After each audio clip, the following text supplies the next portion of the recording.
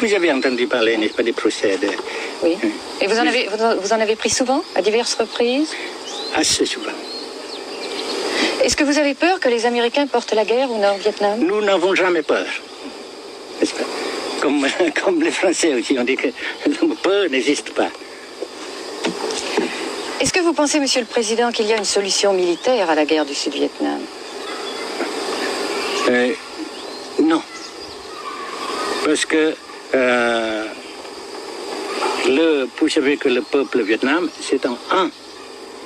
Et le pays du Vietnam, c'est un. Les Américains ont fait une guerre d'agression, comme qui dit, c'est une guerre non déclarée. Et, comme vous savez aussi, vous avez pu lire dans la presse, n'est-ce pas, mondiale, que plus la guerre prolonge, plus les Américains et leurs valets, n'est-ce pas, comment dire ça,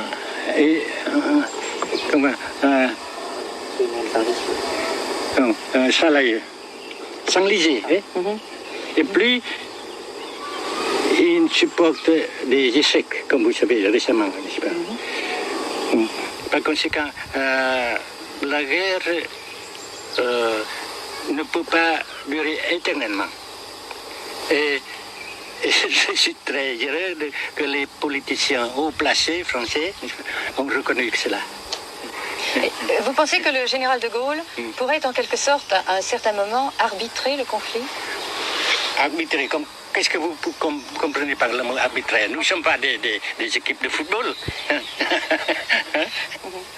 Mais au-delà des accords de Genève, si je ne me trompe, une idée du général de Gaulle est la neutralisation de tout le sud-est asiatique. Est-ce que c'est une idée qui vous semble intéressante? Comme j'ai déjà dit quelquefois, c'est une idée intéressante. Mais ça dépend encore de la volonté de ces peuples et la manière comment on procède à réaliser. C'est une grande question. Et je ne peux pas dire que je suis d'accord.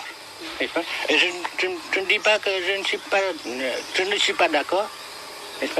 Mais parce que vous dites, par exemple, vous dites fleurs. Fleurs, il y a beaucoup de sortes de fleurs. Il y a des roses, des blanches, des rouges, etc. Et il y a qui sont bons et d'autres qui ne sont pas bons. Mais on dit fleurs. Ouais.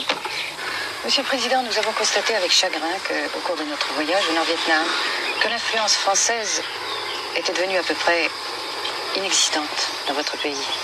Les moins de 25 ans ne comprennent plus du tout le français. Et je me demande si, à votre idée, des rapports peuvent se rétablir tels que